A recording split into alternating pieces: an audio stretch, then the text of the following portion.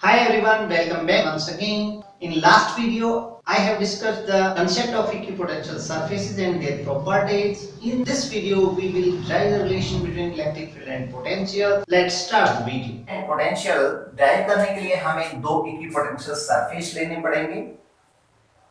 देखिए एक plane surface ये दिखाता हूं, मैं इसको इक्विपोटेंशियल सरफेस मानता हूं, और दूसरा इक्विपोटेंशियल सरफेस ये लेता हूं। यानी ये दो इक्विपोटेंशियल सरफेस हैं। एक को जैसे मैं ए कह देता हूं, एक को बी कह देता हूं। ये ए और ये बी, इसका जो पोटेंशियल होगा वो वी ए है, और दूसरा जो इक्विपोटेंशियल सरफेस है उसका इलेक्ट्रिक पोटेंशियल हम वी बी मान लेते हैं। It mean potential difference between these two equipotential surfaces is dV। ये क्या है? Potential difference between these two equipotential surfaces. इन दोनों के बीच अगर मैं परपेंडिकुलर डिस्टेंस की बात करूं, ये एक दूसरे के पैरेलल काफी क्लोज ऐसे रिमेनिंग प्लेनर शेप में इक्विपोटेंशियल सरफेस लिए हैं। इन दोनों के बीच की जो परपेंडिकुलर डिस्टेंस है वो मैं ले लेता हूं dr। ठीक है, ये इनके बीच की परपेंडिकुलर डिस्टेंस है दोनों इक्विपोटेंशियल सरफेसेस की। और जैसा हम बात करें इलेक्ट्रिक फील्ड अगर दिखाएं तो इलेक्ट्रिक फील्ड इन इक्विपोटेंशियल सरफेस के नॉर्मल इस तरह से होगा, क्योंकि ये प्रॉपर्टी हम ऑलरेडी पढ़ चुके हैं। Electric field and equipotential surface are perpendicular to each other. तो इस इक्विपोटेंशियल सरफेस के भी परपेंडिकुलर आउटवर्ड इस तरह से इलेक्ट्रिक फील्ड, और बी के भी परपेंडिकुलर इलेक्ट्रिक फील्ड हमने दिखाया है।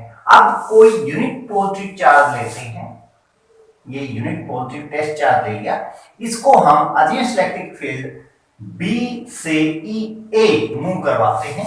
यानी कि उस इक्विपोटेंशियल सरफेस बी से ए तक मूव करवाने में वर्क डन कैलकुलेट करेंगे। Then amount of work done in moving the unit positive charge from B to A against electric field is equal to, ये बेसिक फार्मूला में लगा रहा हूं, वर्क डन के लिए एफ डॉट डी आर, और F यहां पे क्या होगा? Q naught into E vector dot d r. और जैसा मैंने बताया अगेंस्ट इलेक्ट्रिक फील्ड वर्क कर रहे हैं तो ये डॉट प्रोडक्ट खोलेंगे, E d r cos 180, cos 180 is -1 and Q naught is equal to 1, that is unity. हम कह रहे हैं यूनिट पॉजिटिव टेस्ट चार्ज है ये। तो ये वर्क डन जो है बी से ए यूनिट पॉजिटिव चार्ज को मूव करवाने में क्या आ जाएगा? Minus E d are. Minus क्यों आ गया? क्योंकि ईडीआर cos 180 है, इलेक्ट्रिक फील्ड के अगेंस्ट वर्क डन किया है। And by the definition of potential difference, क्योंकि दोनों इक्विपोटेंशियल सरफेस के बीच हमने पोटेंशियल डिफरेंस dV लिया है, by the definition of potential difference the same amount of work done in moving the unit positive charge from B to A may be written as BA is equal to, ये क्या आएगा? A equipotential surface का potential minus में B equipotential surface का potential difference, यानी कि दोनों के बीच का potential difference, that is dV, जो हम लेके चल रहे हैं। It mean both work done are same, so comparing these we get minus EdR is equal to dV, so E is equal to minus dV by dr. This is the required relation between electric field and electric potential. That is, electric field in magnitude is equal to negative of rate of change of potential with distance. ये differential form में आया है। V potential का differentiation with respect to distance, इस term को नाम दिया गया पोटेंशियल ग्रेडियंट। क्या कहा गया?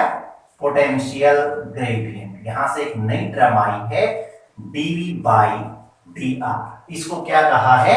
Potential gradient.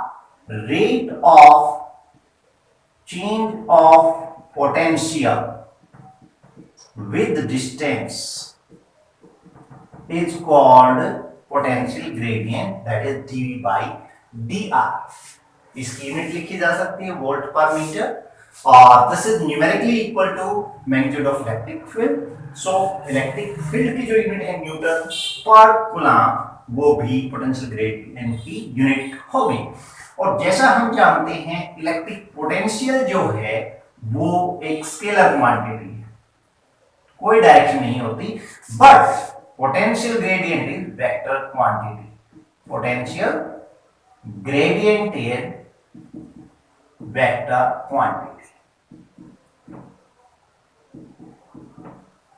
ठीक है, तो यहां से हम बता सकते हैं कि the direction of electric field in direction of decreasing potential. इसी तरह से इसको मैं अगर कंपोनेंट में दे रखा हो तो रेक्टेंगुलर कंपोनेंट लिखना चाहूं इलेक्ट्रिक फील्ड के, तो ये Ex may be written as minus dV by dx, y component of electric field minus dV by dy, and z component of electric field is equal to minus dV by dz.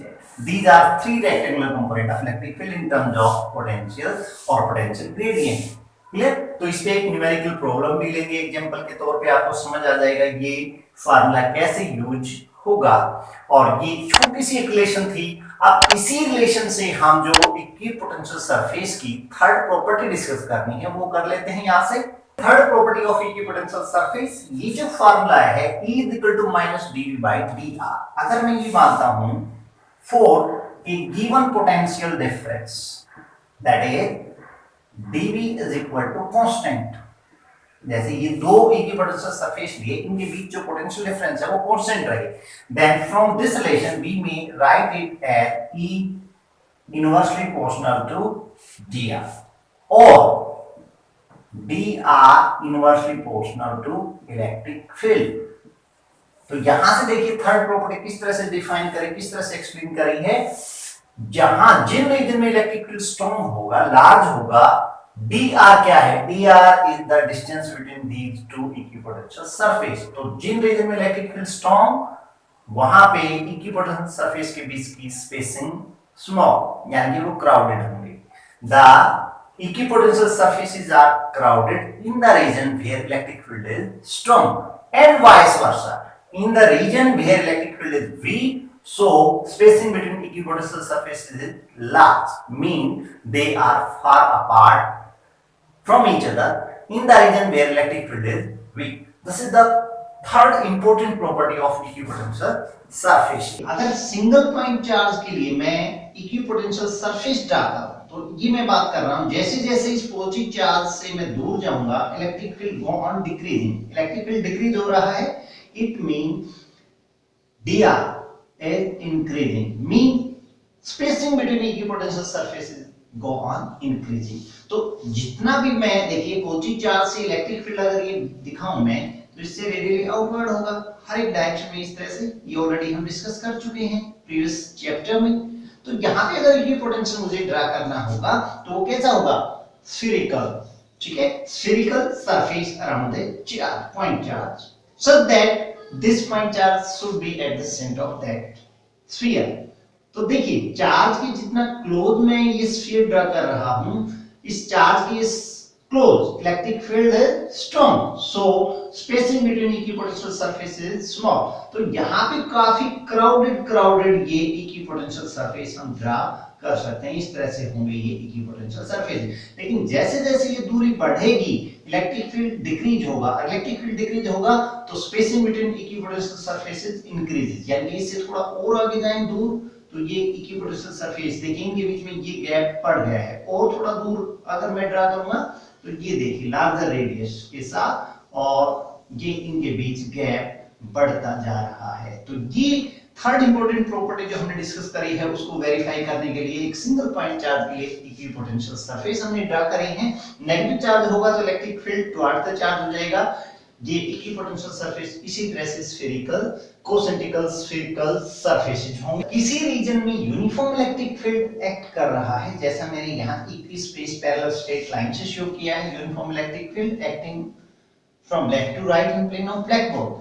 तो यहाँ अगर equipotential surface draw करेंगे तो जैसा हमने एक property में पढ़ा इलेक्ट्रिक फील्ड और इक्विपोटेंशियल सरफेस एक दूसरे के नॉर्मल होते हैं, तो यहाँ पे planar surface perpendicular to electric field behave as equipotential surface. तो आप जितनी मर्जी ड्रा करना चाहें ये इक्विपोटेंशियल सरफेस होंगे, ये plane parallel to each other electric field के नॉर्मल। तो कोई डाउट लगे तो कमेंट सेक्शन में आप लिख सकते हैं। देखिए अब इस रिलेशन में एक न्यूमेरिकल प्रॉब्लम लेते हैं। In the region a given at v function of x is equal to 4x square minus 3x plus 2, clear? Then find the electric field. Find the electric field in that region at a point 1 -2 3, यानी कि किसी reason में potential जो है इस equation के according very करता है, तो उस रीजन में आपको इस पर्टिकुलर पॉइंट पे इलेक्ट्रिक फील्ड क्या होगा मैग्नीट्यूड में वो फाइंड आउट करना है। तो जैसा हमने ये रिलेशन किया E = -dV/dr, यहाँ पे dr एक पोजीशन वेक्टर हो सकता है उन दोनों पोटेंशियल इक्विपोटेंशियल सरफेसेस के बीच का, तो उसके कंपोनेंट हमने लिखे थे इलेक्ट्रिक फील्ड के Ex = -dV/dx, Ey -dV/dy, Ez -dV/dz। तो ये फार्मूला यूज करके हम इलेक्ट्रिक फील्ड फाइंड आउट कर सकते हैं। तो सबसे पहले E फाइंड आउट करेंगे, तो देखिए x कंपोनेंट क्या आएगा -dV/dx, क्लियर। तो इसका differentiation with respect to x करेंगे, तो 4 × 8 x - 3, 2 का कांस्टेंट होने के कारण डिफरेंशिएशन 0 हो जाएगा। इसी तरह से y component of electric field वो क्या आ जाएगा -dV/dy, तो y के रिस्पेक्ट टू करेंगे तो 0 आ जाएगा क्योंकि y इसमें है ही नहीं। इसी तरह से z कंपोनेंट अगर निकालें तो वो क्या आ जाएगा -dV/dz, ये भी 0 हो जाएगा क्योंकि z इसमें है ही नहीं, ये तो x का फंक्शन है, x में वेरिएबल है। तो ये दो कंपोनेंट हो गए 0, सिर्फ कंपोनेंट दो कंपोनेंट 0 हो गए हैं, सिर्फ x एक्सिस की एक कंपोनेंट आया है इलेक्ट्रिक फील्ड का, वो आया है 8x - 3। अब पॉइंट बता रखा है particular location 1 metre -2 metre 3 metre, उस पॉइंट पे इलेक्ट्रिक फील्ड फाइंड आउट करना है। इसका मतलब देखिए Ex कंपोनेंट जो है उसमें x की वैल्यू यानी x है 1, पुट कर दीजिए 8 × 1 - 3 दैट इज 5, ठीक है, वोल्ट पर मीटर, या हम देख सकते हैं न्यूटन पर कूलम। इसी तरह से यहां से y कंपोनेंट वो तो ऑलरेडी 0 आया हुआ है, z कंपोनेंट वो भी 0 आया हुआ है, तो टोटल इलेक्ट्रिक फील्ड क्या बचेगा x कंपोनेंट के बराबर ही बचेगा, ठीक है, और वो बचेगा 5 volt per metre along positive x axis, ठीक है। अगर ये माइनस आता तो नेगेटिव x एक्सिस की ओर आ जाता। तो ये एक बिल्कुल सिंपल प्रॉब्लम थी। उम्मीद करता हूं आपको ये छोटा सा वीडियो अच्छा लगा होगा। जल्द ही नेक्स्ट वीडियो में मिलते हैं हम, तब तक आप चैनल को सब्सक्राइब कर सकते हैं, वीडियो अच्छे लगे तो लाइक और शेयर कर सकते हैं, और उसके साथ साथ आप बेल आइकन को प्रेस कर सकते हैं, अपने दोस्तों में मैक्सिमम इसको शेयर कर सकते हैं। मिलते हैं नेक्स्ट वीडियो में, थैंक यू।